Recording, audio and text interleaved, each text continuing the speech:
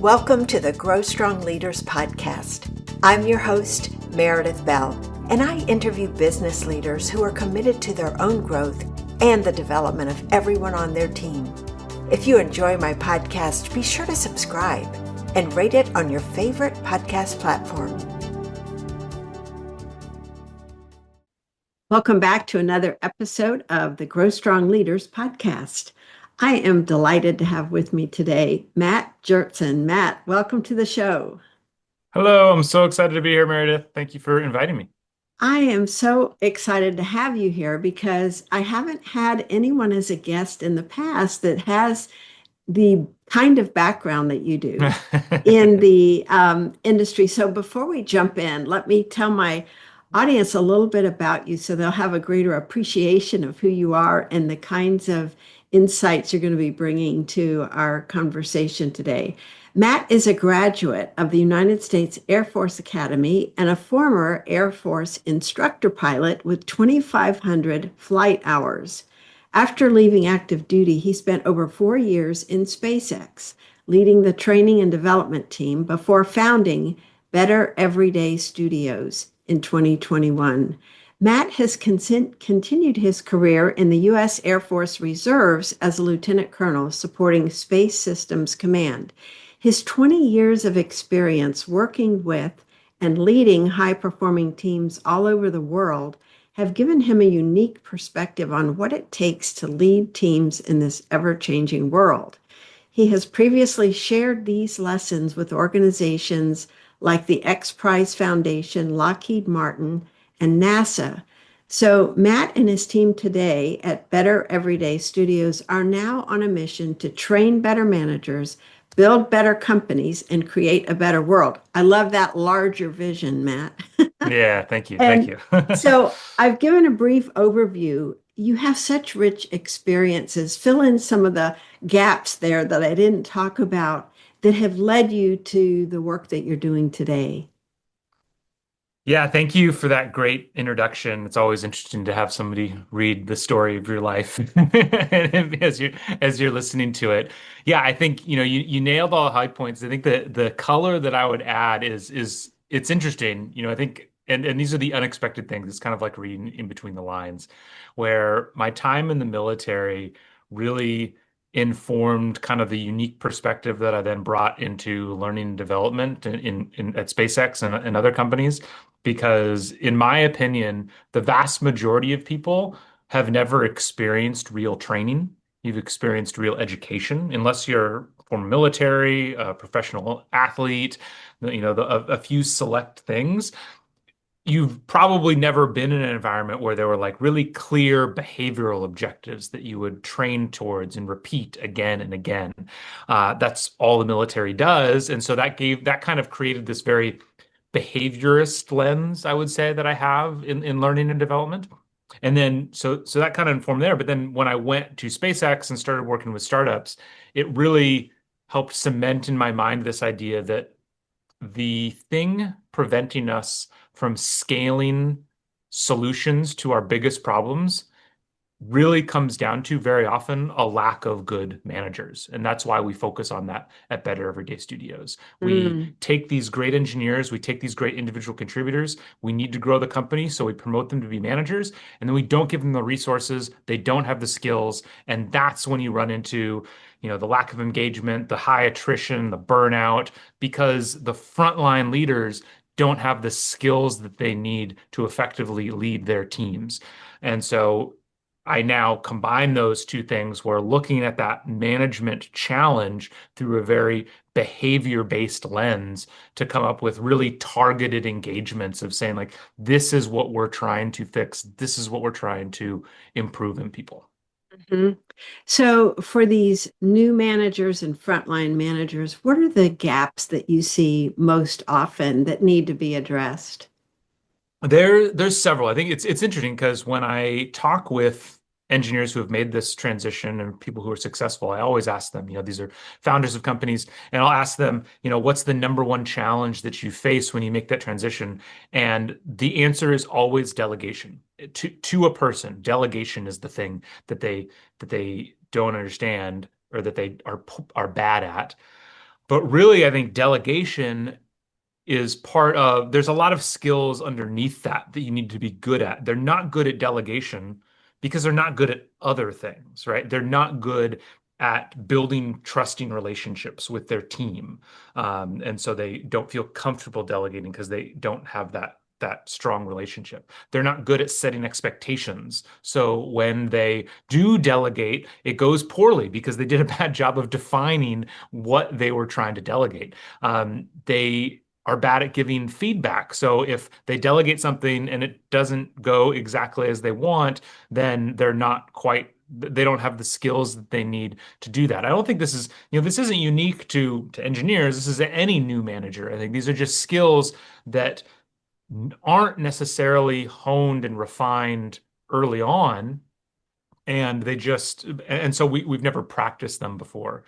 And then the final thing I'll bring up that I think is more of a mindset gap is I was talking with an engineering friend of mine recently who said that the challenge with going from being engineer to a people manager is that your whole time as an engineer, whether that's in school, earlier in your career, as you're moving up, your whole goal and the thing you're rewarded for is being the person at the front of the room answering the question. You're at the whiteboard, like answering the question, and you become a people manager, and suddenly you're not up at the board anymore. You're supposed to be in the back of the room asking questions. And understanding that that is even a transition that has taken place is really critical. I think the vast majority of new managers, and I say this from personal experience because this is the way I did it, are still trying to be the one who's solving the problems rather than be the one that helps others solve the problem. Mhm. So I know I just said a lot, but like I think those are the kind of the common themes that I see.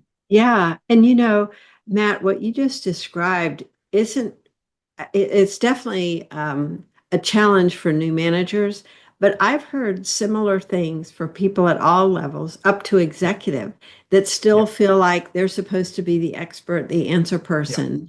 to address questions that people raise instead of 100%. asking the question. So let's look at that one thing and the lens that you use, this behavior-based lens, thinking of other people who are listening to this, who may have struggled with the same thing. What are some of the ways that you help people shift that behavior from the telling and answering to the asking of the questions? I think there's a lot of very situational behaviors that you can employ. I think, very often the phrase I like to say, Tim Ferriss on his podcast often ends with kind of this metaphorical question of if you had a billboard that everyone could see, what would you put on it? Right? If you had this metaphorical billboard that the whole world could see, what would you put on it?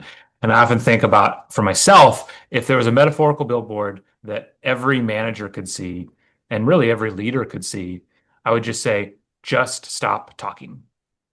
Right? Like because that I think is really the crux of it. And that's the first kind of behavior shift that I think is really training yourself. If you could do one thing when somebody asks you a question, presents a challenge, just getting yourself to take a breath, just getting yourself to take a minute, let some silence sit there, because very often other people will fill that silence if you allow it to be there. And that's good. That's kind of what you're trying to encourage. So I think the first step is just taking a pause. And I think because a lot of this is driven by stress and insecurity. In my opinion, I think the thing that's driving a lot of leaders to feel like they have to have all the answers is an insecurity about whether or not they deserve to be the leader, or people or other people think they deserve to be the leader, and they believe that they're going to talk their way out of it. That if they can always have the answer, if they can always be the first one to raise their hand, if they can never allow that space to exist, then that's how they're going to prove they deserve to be there when really it proves the opposite. People can see through that smoke screen that you're putting up and can see the insecurity. or even if they can't see the insecurity, they're just frustrated with you. Because the truth is, your people have ideas. They have good thoughts. They have things that they want to share. And so if you give them that space, it and take that breath, it not only gives them that space, but it makes you feel all the more confident. And so I think taking that space is really important. And then the next step is then figuring out what question to ask. So it's taking the space and asking, what do you think? How would you approach this? I think those are kind of the two first steps that I think are really important to focus on. Mhm. I would add to your billboard, be curious. Yeah. Because Yeah. I think that that's a key part of what you're saying. Yeah. If Yeah. someone can, and I love the fact that you stress the underlying feelings of insecurity and fear, what's coming, where they're coming from, as opposed to if they can allow themselves to just feel curious about things, then Yeah. that's more natural, don't you think, into getting into that Yeah. asking question, what could I ask here that would put the focus back on them instead of me feeling the pressure to come up with the answer now? Yeah. Yeah, I think, and I'll add one more underlying thing. I do think it comes down to one of two things that's driving that. It's either fear or pride, right? Because there are plenty of leaders out there who just deeply believe in their bones that they're the smartest person in every room, and they're going to be the one. And that's kind of like a whole other thing that you probably need to address in different ways. But there certainly are leaders out there who are like that as well. Good point. So what have you seen works well since you do this behavior-based training and thinking of these managers that you work with? What have they practiced that has helped them become more skilled in this whole arena of getting curious, asking questions, and allowing others to speak up? I mean, it's kind of exactly what we just said of taking that pause, of starting to ask those questions and recognizing that they do have a new role now. I think that the challenge is the thing that we always think about when designing training, especially since we're dealing with a technical audience, is it just needs to be practical. You have to have a clear behavior that you're identifying. So whether that's, so it starts with something maybe a little bit bigger picture of we want to get good. We want to create more of a culture of feedback where people feel comfortable sharing and are encouraged to share things. And then okay, well, like a level down. That's kind of big picture, hard to grasp. So what's below that? Well, we need our leaders to be good at receiving feedback and asking for feedback. Okay, well, how do we do that? Well, let's give them some simple questions that they can practice asking. Often the reason why people don't give feedback to their managers is because the managers just ask for the feedback in a really bad way. They say something like, "Oh, do you have any feedback for me?" Which is just a bad question for any number of reasons. And so I think it's getting really practical about the approaches that you bring and how you how you think about those behaviors. Hmm. That's such a good point because when we have a tangible tool like a specific question, one of the ones that I was thinking about as I was listening to you is, well, what do you think? When Hmm. somebody comes to you with a problem and you're feeling like I need to give the answer before you do that, if your automatic response is, what have you thought of so far? Or what options have you considered? Some version of that. So you're actually, as you were saying earlier, getting their ideas or getting ideas from others. So you're not feeling like you're on the spot and have to Yeah. have the solution at your fingertips. Yeah.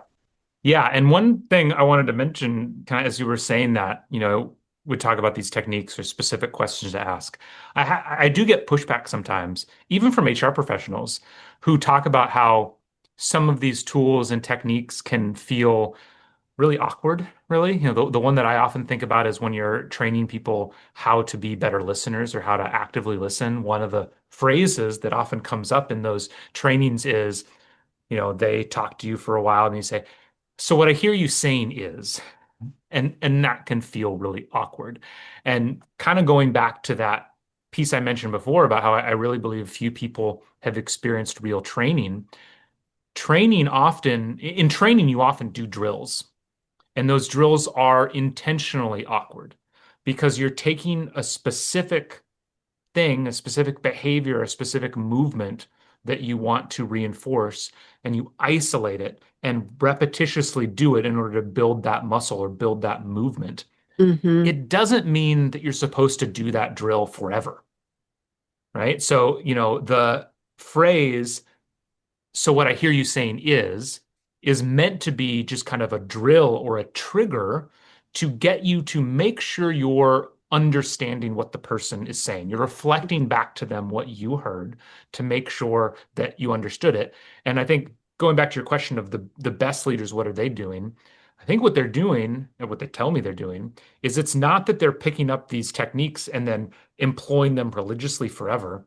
It's that they're employing these techniques and then figuring out what works for them. They're trying to, they do it enough to build that repetition so that they have a muscle that says they do stop to make sure they understand, but they're going to ask it in a way that feels comfortable to them. Mm-hmm. And so I just think that's really important to remember for anybody that's skeptical about doing these kinds of things, because I'll be the first to admit they can feel awkward, but that in many ways is the point. That's why we're doing them in these practices.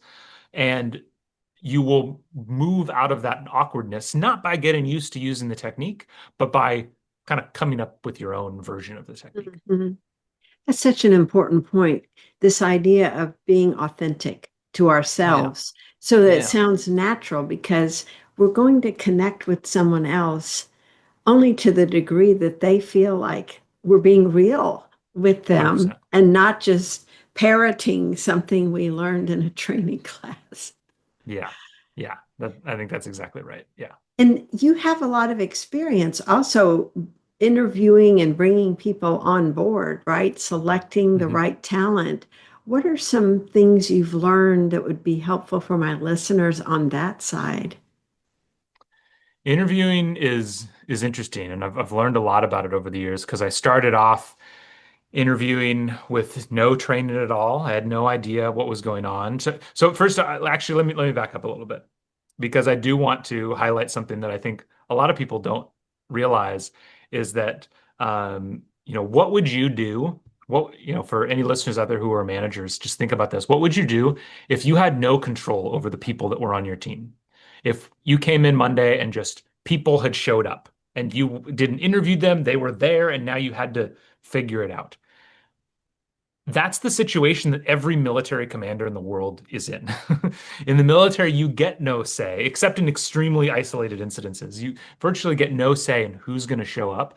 And that's one of the reasons why development is such an important thing. And so on this pendulum of, buy talent versus build talent, I think the corporate world is very much over on this buy side, but it's just important to remember that there is this build side as well. And I say that just to reinforce the point that you shouldn't, though hiring is extremely important, you shouldn't ever let it feel like it's the only thing, right? Like if I don't hire correctly, then my team or my business is going to fail because like there's a lot of room there.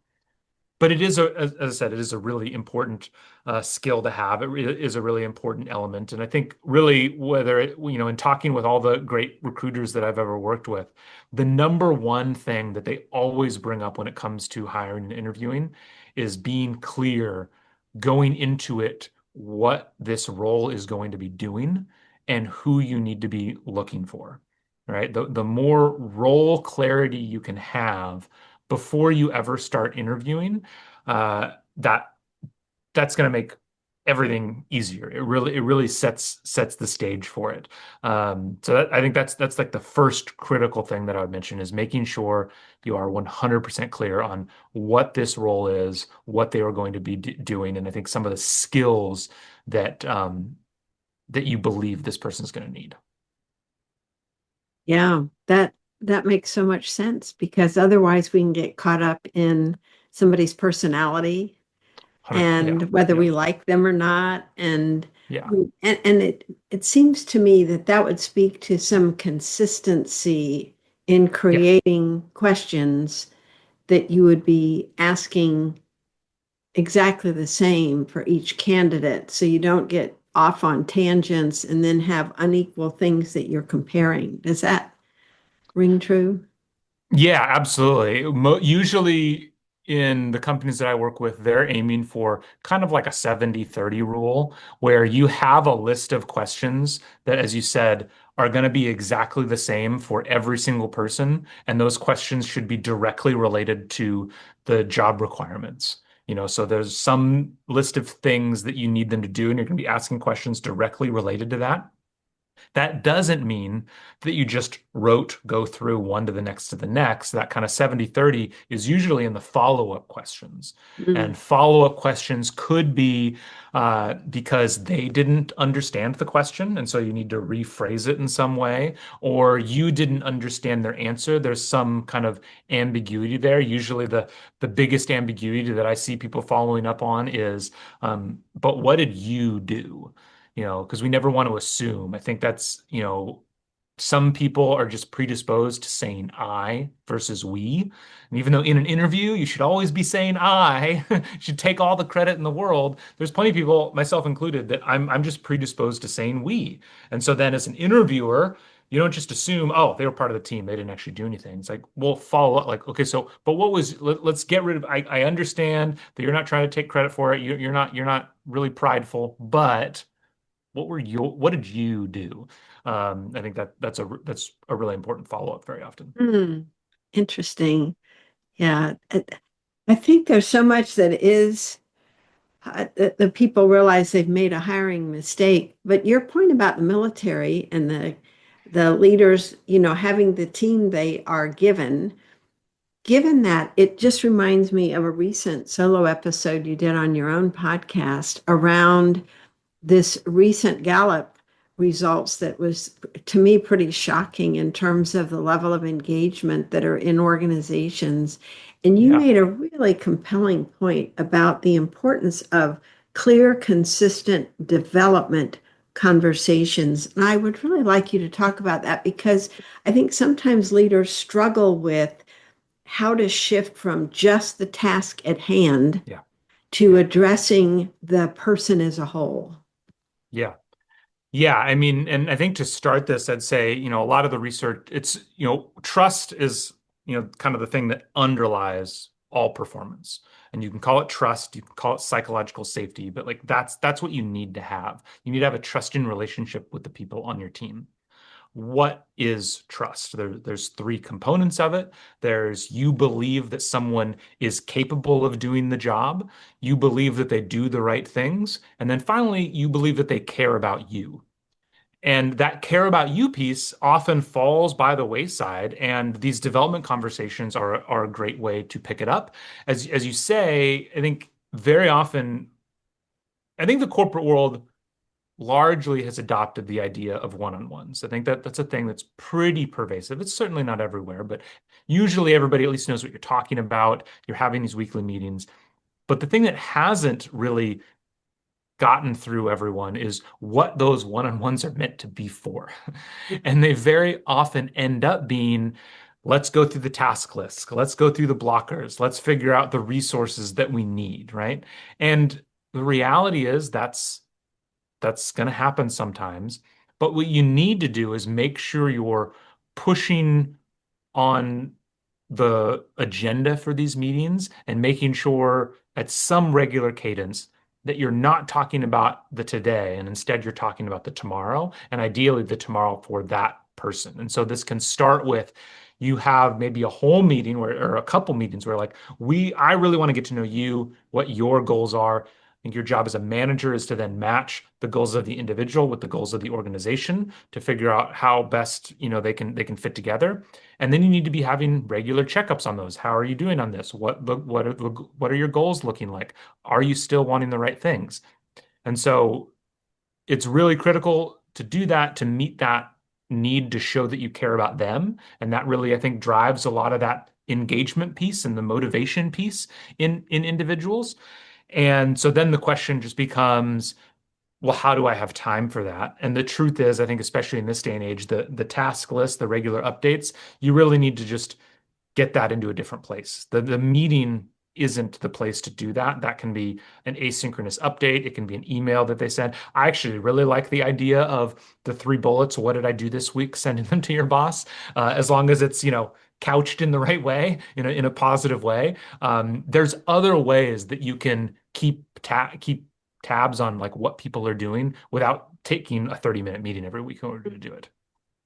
That makes a good point. So when I think about the technical leaders that you work with and these new managers, I would guess that some of them are reluctant to have those kind of conversations because they're not sure where they're going to go or how to respond if somebody comes up with something like, well, I want to get promoted in the next 3 to 4 months. And they realize this is not going to be realistic. How do I keep from being Yeah. negative with them? Yeah. So, what are some of the tips or insights around having these conversations in a relaxed manner so you're not, again, feeling like you're the one on the spot? Yeah. I think a lot of it is setting expectations because you're 100% correct. And I would see this all the time in organizations where, and this can sometimes it's a culture thing, sometimes it's a generational thing, but yeah, especially in startups tend to attract people who are really trying to move quickly in their careers. And so you get people who come in and 2 months into the job, they're still figuring out what the job is and they're already talking about when's the next promotion. Some of this, I think, is important at an organizational level to take off the manager's shoulders in the perfect world. If the organization has a good structure that they clearly communicate of when we promote, why we promote, that promotion has to have some kind of business need associated with it, that we don't just promote people because they've been here for a long time or because we think they deserve it. There needs to be like an open role for them to be promoted into. Ideally, the organization is doing a lot of that, and that takes a lot of burden off of the managers.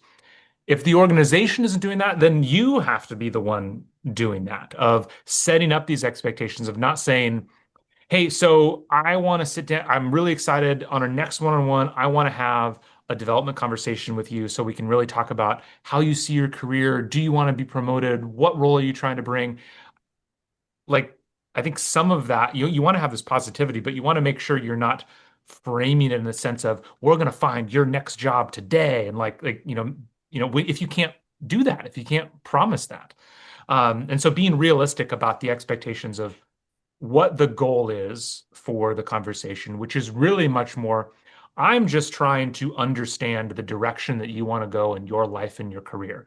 At this point in time, I can't promise anything. I don't necessarily know where the company is growing at this exact moment or what the needs are going to be. I can't promise you what the needs are going to be for our team or for the organization 6 months from now, but I'm trying to understand what things you're hoping to achieve so that we can try to make sure when things align that I at least know this is what you're trying to achieve. Making it seem much more of like a curiosity learning engagement rather than a let's figure out how we're going to place you kind of thing.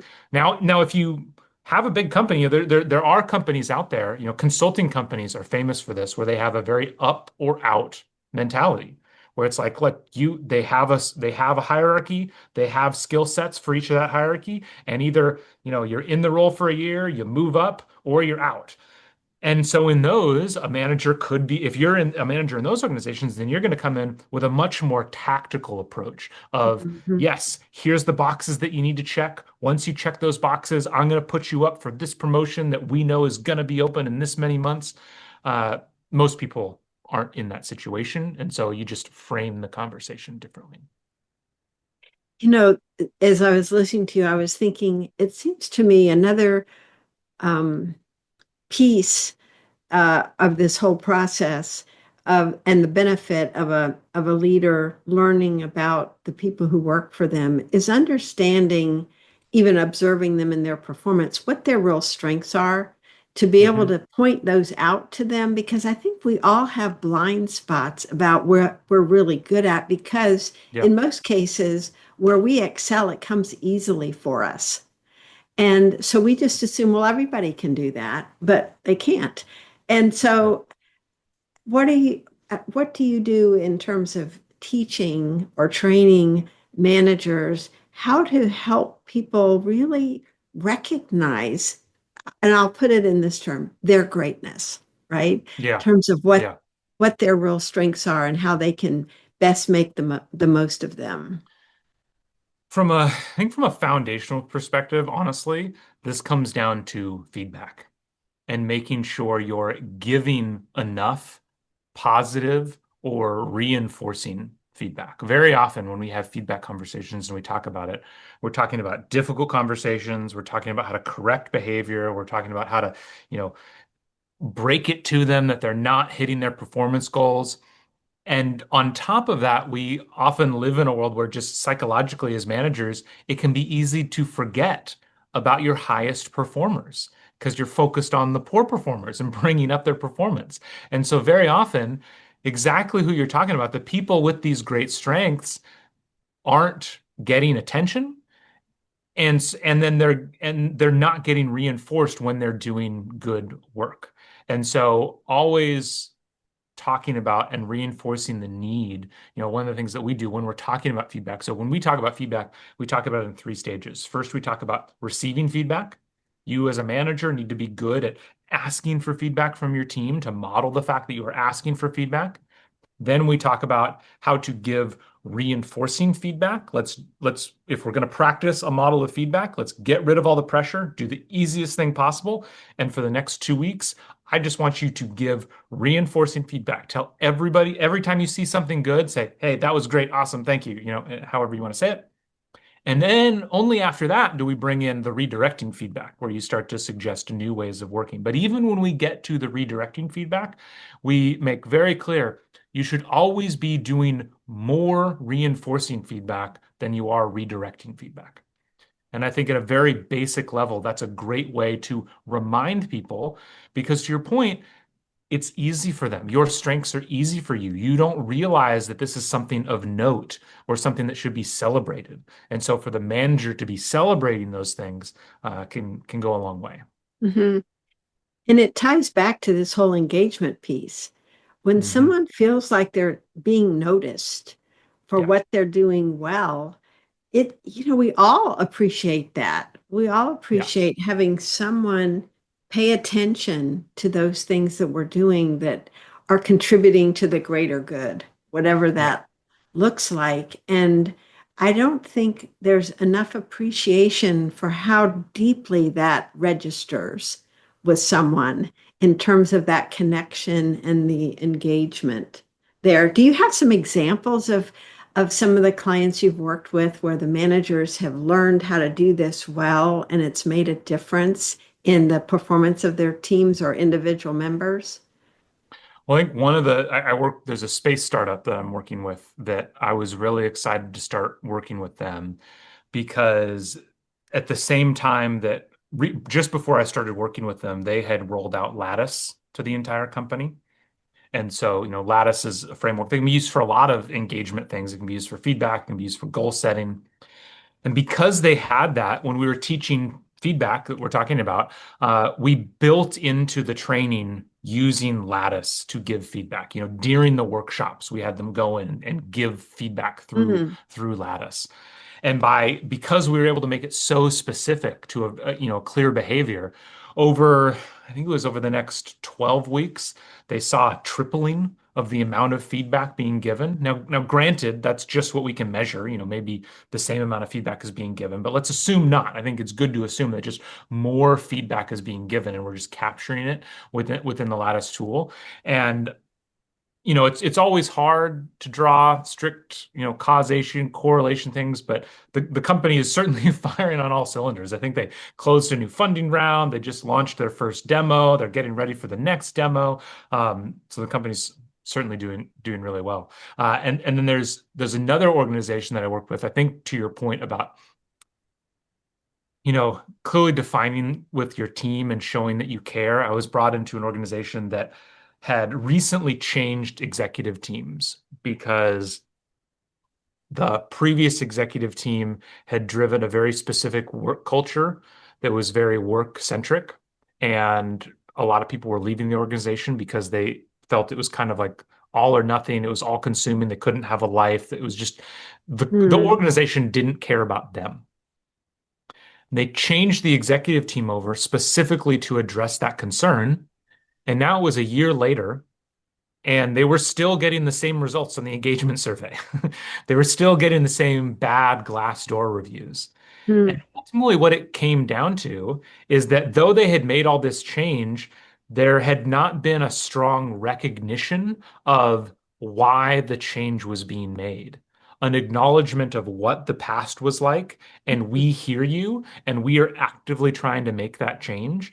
And so, as we rolled out values to the organization, that was one of the things that kind of the whole engagement was meant to be is we're going to acknowledge the old world, we're moving to a new world, and these things that we're doing right now, this is meant to help build this trust between us so that you believe we really want to go in a new direction.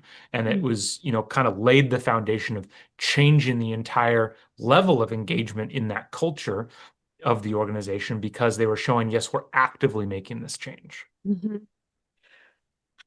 It's amazing, isn't it, how companies will invest in these surveys and then they don't articulate to everybody, here's what we learned, here's what we're going Yeah. to do. And so Yeah. people are left to wonder, why did we bother? Yeah. And they don't we assume they'll see the direct connection between these Yeah. changes we're making and what they said. But if it's not clearly communicated, like you just said, a lot of people won't connect the dots Yeah. because we Exactly haven't right. connected the dots for them to make it utterly clear. Exactly right. Exactly right. It's these small things, you were talking before about these granular pieces of behavior change. And when you think about executive teams and some of the little things they could do differently that would Yeah. have a huge impact on the culture and on how people perceive things in the Yeah. company. Um, is part of your work also guiding some of these executive teams? I know you love working with the frontline and new managers, but it seems like there's got to be good communication up at the top as well. There is. I personally tend to just focus on kind of the frontline and mid-level managers. I have done a few things with more executive teams, but usually even when I'm talking to executive teams, it's about reminding them of these basic foundational principles of, Mhm. building trust, setting expectations, giving feedback, creating a culture which values your employees. Yeah, but to your point about these small changes, I think that's one of the more challenging things is that, we as human beings, we always think linearly, but change happens exponentially. And that's, I think, one of the struggling points is very often the changes required are they seem like they're not going to make a difference. Like they seem too small to matter. And so we don't do them. But really those first steps are they just grow on each other until you actually get these major changes. Mhm. Yeah. Well, there's something else I wanted to check with you on because you have a talk that you give on leading from first principles. And so, talk about what are those principles? Why do you call them first principles? First principles is it's a hot phrase in the engineering world these days, and it's funny because there is no great definition for it. Minimum viable product has a very clear definition, but first principles doesn't. And really, what it means is it's getting, in engineering, it's like let's get to the physics of the issue. What are the true underlying constraints? And the best kind of engineering example that I can ever think of it comes from landing on the moon. And when they were, getting to the moon was all about weight, because getting into space is all about weight. The more weight, the more fuel, the bigger the spacecraft. And so the lunar module that landed on the moon had to be as light as possible. And the company that was building it early on, they were really struggling getting it light enough. And one of the heaviest components was these giant windows that were in the front of the spacecraft because they needed these windows because the astronauts were sitting in their seats well away from the windows and they needed huge windows so that they could see in order to land. And one of the and so they're trying to figure out this problem and one of the engineers just kind of asks, "Well, what if we don't need seats? right? Because every craft, every airplane, every spacecraft, every rocket before they're securely fastened in these seats, and it's really important because you're landing on the Earth. But when you're landing on the moon, you're landing in one-sixth gravity. Do you still need to be securely fastened in a seat when you land, or could you just stand? Could the astronauts just stand and the shock of landing be absorbed by their legs? And it turns out that's what they did. They got rid of the seats. The astronauts just stood because they could stand and be really close to the window. The window didn't have to be this giant thing. They could make it a whole lot smaller. And so they saved the weight of the windows, they saved the weight of the seats. And it was because they questioned the requirements that had always existed in aviation of having the pilot securely fastened because on landing there's going to be this huge shock. Well, in one-sixth gravity, that's not going to be the case.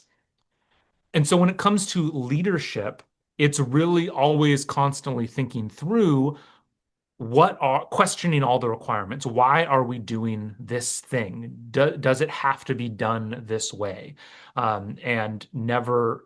It's funny. Recently, I heard somebody was talking about legal, and it was at a startup where somebody said, "Never listen to legal unless they say it's illegal." Because everything else is just, because very often in companies, legal is putting all these requirements on you, and they might just be opinions, right? Now, if it's illegal, it's illegal, but other things, it might just be like they're trying to avoid bad press. And so often, whether it's from HR, whether it's from legal, a lot of the things that are, you must do this are really like we could do this. They're techniques, not requirements. And if we take them as requirements, then we put all these limitations on ourselves. And so being a first principles leader is really getting to the root of, is that a technique? Is that a opinion? Or is that a true requirement? Mm.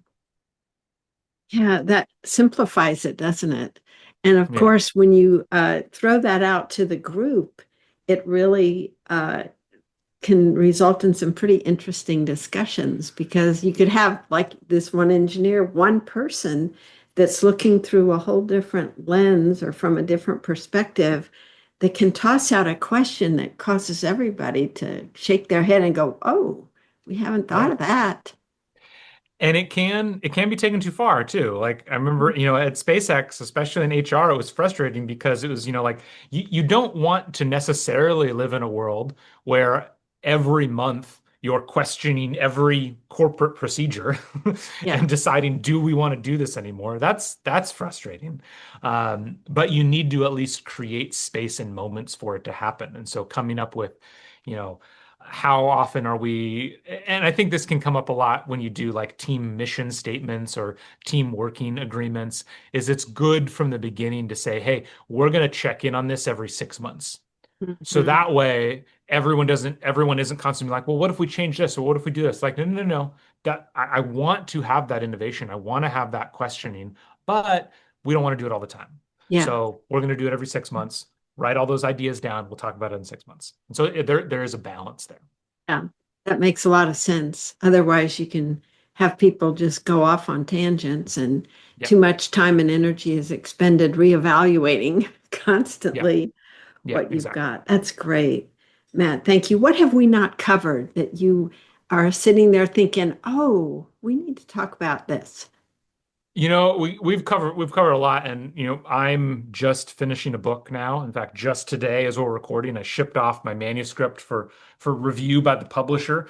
And and so most of my mind is around the core ideas of what we've talked about right now, especially Oh, this focus on what I actually call first principles management now is I spent a lot of time thinking about, what it means to be a leader, what it means to be a manager. And I really came down to the idea of like being a manager involves three basic responsibilities. Get people to work together, get them working on the right things, and improve their work over time. Those are the three big picture responsibilities of a manager. And then anything else you do just fits into those different buckets. And so, kind of we talked about earlier, the idea of building trust, setting expectations, and giving feedback are kind of like the most basic elements of those three responsibilities. hmm Um, And so, yeah, that's we talked about it today, and that's where my headspace is at right That's now. great. Well, I love that because that, it, and they're all interrelated. It's not Yeah, like they're in exactly. separate It's very much a Venn silos. diagram. They're Yes, all integrated because one impacts the other two. Well, I'll be exactly. eager to see your book. We can add that to your show notes page after Yeah. your book gets published and your episode is live. Matt, thank you so much. This has been such a great conversation. You've given some really good specific ideas that will, I think, stimulate the folks listening to this to think about their own style of leading and what are they doing in these various areas that we discussed to enhance performance or potentially get in the way of it. How can people connect with you and learn more about your work? Oh yeah, Meredith, thank you so much for having me. It's been fantastic. For anybody that wants to connect with me, I'm really active on LinkedIn, so definitely check me out there. You can check out the company at bettereverydaystudios.com. And then I also have a podcast of my own called The Leadership Launchpad, where we really dive into these very specific issues of new managers, primarily in technical companies and technical environments. I'm obsessed with this challenge because I really do believe it is the thing holding us back. There's the phrase, the future is here, it's just unevenly distributed. And I think we have solutions to so many of the big problems in our world. We just need to figure out how to scale them. We need to get them out of small little startups, out of labs, and get them to the rest of the world. And getting highly trained managers and leaders is, in my opinion, the limiting factor for all Mm, of that. So I'm super passionate about it. I'm really thankful for you and all the efforts that you are doing with this podcast and your other work, because I think this is just critical work for our future. you. Well, I appreciate you and your work, and I highly recommend folks checking out Matt's website and his podcast. It's really good and a, a nice complement to what we cover here in Grow Strong Leaders. Absolutely. So thank you Absolutely. again, Matt. It was great talking with you today. Thank you, Meredith. Have a good day. Thanks for tuning into my podcast. Now head over to growstrongleaders.com and check out the powerful tools we've created to help leaders strengthen their character and communication skills. Until next time, I'm Meredith Bell.